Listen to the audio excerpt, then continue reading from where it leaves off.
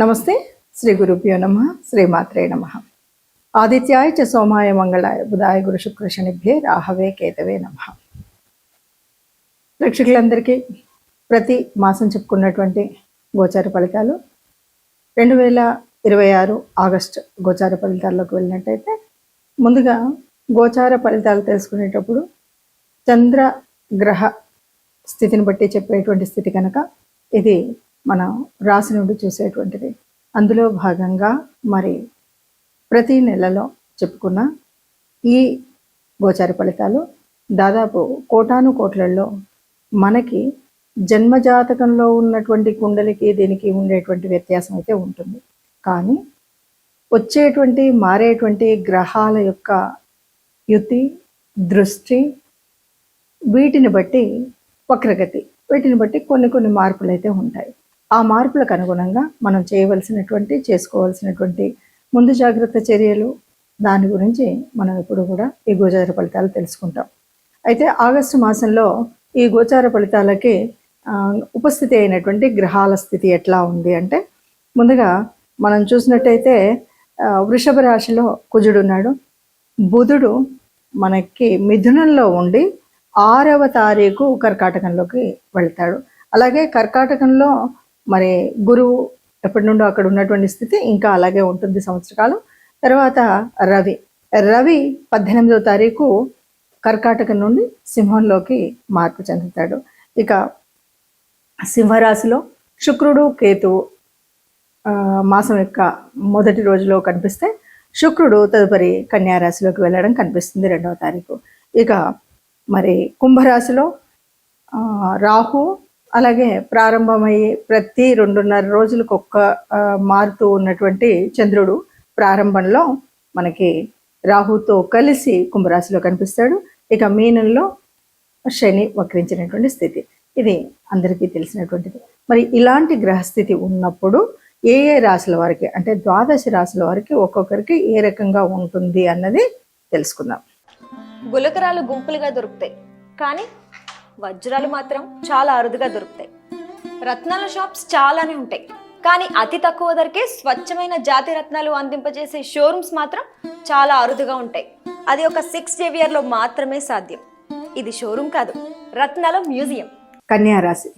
కన్యారాశి వారికి ఎలా ఉంది అంటే, జరుగుతున్నటువంటి కాలంలో మారుతున్నటువంటి గ్రహాల మూలంగా ప్రత్యేకించి ఆగస్టు మాసంలో ఎలా ఉంటుందంటే కాస్త ఇబ్బందిగానే ఉంటుంది. అంత పెద్ద ప్రయోజనాన్ని ఏవైతే ఇవ్వవు, ఇది మనకు చూస్తున్నటువంటిదే.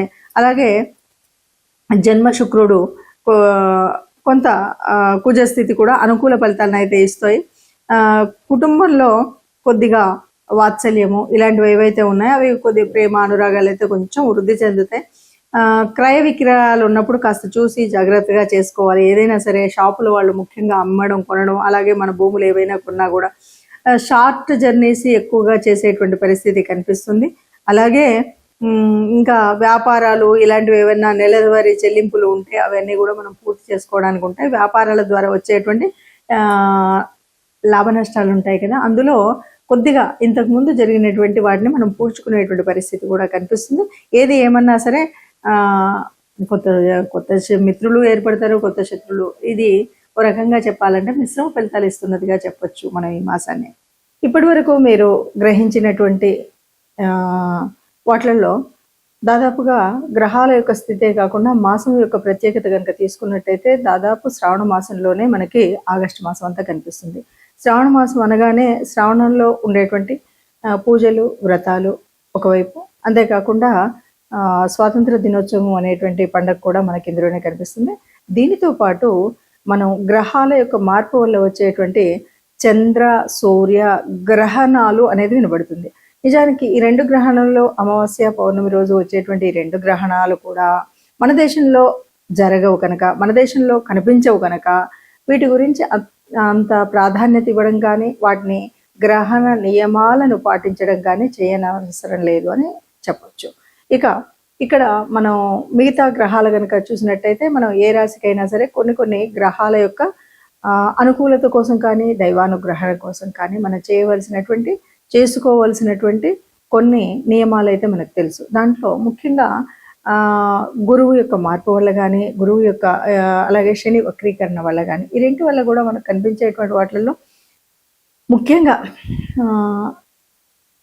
శనివారం శని దోషం అనగానే మనం చేయవలసినటువంటి లక్షణాల్లో అంటే ఇది అర్ధాష్టమ శని అవ్వచ్చు, లేదా శని మనకి ఏళ్ళనాటి శని ఉన్నటువంటి వాళ్ళు కావచ్చు, శని యొక్క దృష్టి ఉన్నటువంటి వాళ్ళు కావచ్చు, ఎవరైనా సరే మనము 4వ తరగతికి చెందినటువంటి కార్మికులు ముఖ్యంగా వారికి మనం ఆహారం ఏదైనా పంచిపెట్టగలిగిన, లేదా గోశాలకు వెళ్ళి గోశాలలో గోగ్రాసం ఇచ్చిన, లేదు వృద్ధులు పెద్దలు ఎవరికైనా సేవ చేయగలిగిన, వీటి వల్ల ఆ గ్రహం శని గ్రహం వల్ల వచ్చేటువంటి దోష నివారణ మనం చేసుకోవచ్చు. ఇంతే కాదు అంటే మనకు వీలు లేదు అంటే ఎవరైనా సరే వారి యొక్క ఇష్టదేవత అనుగ్రహాన్ని పొందడానికి నిత్యం దైవనామస్మరణ చేసినట్టయితే ఏ గ్రహాలు ఎలా ఉన్నా కూడా మన యొక్క ఆత్మస్థైర్యంతో ముందుకు వెళ్ళొచ్చు అని చెప్పొచ్చు. గ్రహాల అనుకూలత కానీ దైవానుకూలత కానీ కావాలి అంటే మనకి ప్రతిసారి మనం చెప్పుకున్నట్టుగానే జన్మజాతకంలో ఉన్నటువంటి దోషాలు కానీ గ్రహాల యొక్క స్థితి కానీ ఎందుకు ఉంటుంది అంటే అది పూర్వపుణ్య ఫలమే అని చెప్పొచ్చు. ఆ రోజు ఆ సమయంలో ఆ నక్షత్రాలు ఆ గ్రహాలు ఎందుకు అందులో ఉంటున్నాయంటే మనం పూర్వజన్మ సుకృతం, పూర్వజన్మలో చేసినటువంటి పాపపుణ్యాల ఫలితమే మనకు కనిపిస్తుంది. మరి దాన్ని వర్తమాన కాలంలో సరిచేసుకోవడము అన్నదే మనం చెప్పుకునేటువంటి జ్యోతిష శాస్త్రంలో ఉన్నటువంటి మార్పులు చేర్పులు. ఆ రకంగా చూసుకున్నట్టయితే ఎవరికైనా ఆర్థికంగా మనకు కష్టం అనిపిస్తుంది అంటే ఎంతసేపు మనకు కావాల్సినటువంటిది ఆర్థిక లాభాల కోసం గురువు శుక్రుడు యొక్క ఆనుకూల్యత కావాలి. అలా ఆనుకూల్యత కావాలి అంటే ముఖ్యంగా శుక్రుడికి సంబంధించినంత వరకు ఈ మాసం శ్రావణ మాసం అంటేనే లక్ష్మీదేవి వ్రతాలు చేసేటువంటి మాసం కాబట్టి లక్ష్మీదేవి యొక్క ఆనుకూల్యత కోసం మనము తప్పనిసరిగా అందరూ పూజ చేసుకుంటాం, అందరం కూడా లక్ష్మీదేవి వ్రతాలు చేసుకోవడం అనేది కనిపిస్తుంది. అదొకటే కాదు, మనం అంతర్లీనంగా చేసేటువంటి అర్థం పరమార్థం కనుక ఆలోచించినట్టయితే ఎప్పుడు మనం కొన్ని సూత్రాలు నియమాలు చెప్పుకున్నాం. అసలు లక్ష్మీదేవి ఎక్కడ నివసిస్తుంది అంటే ఎక్కడ స్వచ్ఛత ఉంటుందో అక్కడ ఉంటుంది అంటారు, ఎక్కడ వెలుతురు ఉంటుందో అక్కడ తేజస్సు ఉంటుందో అక్కడ లక్ష్మీదేవి ఉంటుంది అంటారు. మరి ఈ సత్యం తేజస్సు అనేటువంటి విషయాలు మనకు తెలిసినప్పుడు ఎక్కడైతే దైవ నామ స్మరణ జరుగుతుందో అక్కడ లక్ష్మీదేవి ఉంటుంది అంటారు. కాబట్టి ఈ లక్ష్మీదేవి ఉండడం కోసం మనం చేసేటువంటి కర్మల్లో ముఖ్యమైనటువంటిది దేవత ఆరాధన అన్నటువంటిది. అంతేకాదు ఎప్పుడైనా సరే గోమాత అనగానే గోమాతలో సర్వదేవత నిలయం అంటారు. ముఖ్యంగా పృష్ఠభాగంలో లక్ష్మీదేవి యొక్క స్థితి ఉంటుంది అని చెప్తాం. కాబట్టి గోశాలకు వెళ్ళడము అనేటువంటి విషయాన్ని ఇక్కడ మళ్ళీ మనం గట్టిగా చెప్పుకోవాలి. అలాగే ఈ మాసం అంతా కూడా లక్ష్మీదేవికి సంబంధించినటువంటి పూజలు స్త్రీమూర్తులైతే తప్పకుండా వాళ్లే చేస్తారు. ఎవరైనా పురుషులైతే ఈ ఈ గ్రహాల యొక్క మరి ఆ దృష్టి ఆనుకూల్యత కోసం తప్పనిసరిగా ఆ రోజులలో వారు కూడా లక్ష్మీదేవికి పూజ చేసినట్టయితే కొంత అనుకూలత లభిస్తుంది అని మనం చెప్పొచ్చు. ఏదేమన్నా సరే లక్ష్మీదేవి అనగానే అది చాంచల్యం కలిగినటువంటిది అందరికి తెలుసు. లక్ష్మి స్థిరంగా ఒక చోట ఉండదు, కానీ స్థిరంగా ఉండాలి అంటే తప్పనిసరిగా చేయవలసినటువంటి నియమాలు ఇంతకుముందే మనం చాలాసార్లు చెప్పుకున్నాం. అయినప్పటికీ కూడా లక్ష్మీదేవి మన దగ్గర ఉండాలంటే ఎప్పుడు కూడా ఆనందంగా, స్వచ్ఛంగా, సత్యంతో, గాలి వెలుతురు అన్నీ సరిగ్గా ఉండేలాగా ఉండడం, ఏదైనా అపశృతులు రాకుండా చూసుకోవడం అనేటువంటి మాటలు మనం ఎప్పుడు చెప్పుకుంటాం. ఆ విధంగా మనం ప్రవర్తించినట్టయితే, అలాగే సహాయం అనేది ముఖ్యంగా ఎవరైతే బాగా ఉన్న వాళ్ళకి సహాయం చేయడం అని కాదు, ఎవరైతే నిజంగా నిరాశ్రితంగా ఉంటారో వాళ్ళకి మనం సహాయం చేసినట్టయితే అంటే మనం నారాయణో దేవ అని మనం ఎప్పుడైతే చెప్తామో అలాగా మానవ రూపంలో ఉన్నటువంటి దేవతామూర్తులుగా మనం చూసేటువంటి స్థితి కనిపిస్తుంది. మనుషుల్లోనే మాధవుల్ని చూసేటువంటి పరిస్థితి కనిపిస్తుంది. కాబట్టి మనం ఎవరికైనా సహాయం చేసినట్టయితే లక్ష్మీదేవి మనకు అనుగ్రహిస్తుంది. ఇప్పుడు ఈ పరిస్థితి ఎందుకు అంటే ఎక్కడైతే గురువు కానీ శుక్రుడు కానీ అననుకూలతగా ఉన్నటువంటి ఏ గ్రహం ఏ రాశి వాళ్ళైనా సరే ఈ రకంగా మనం పూజ చేసినట్టయితే మనకు లక్ష్మీదేవి అనుకూలత పొందొచ్చు.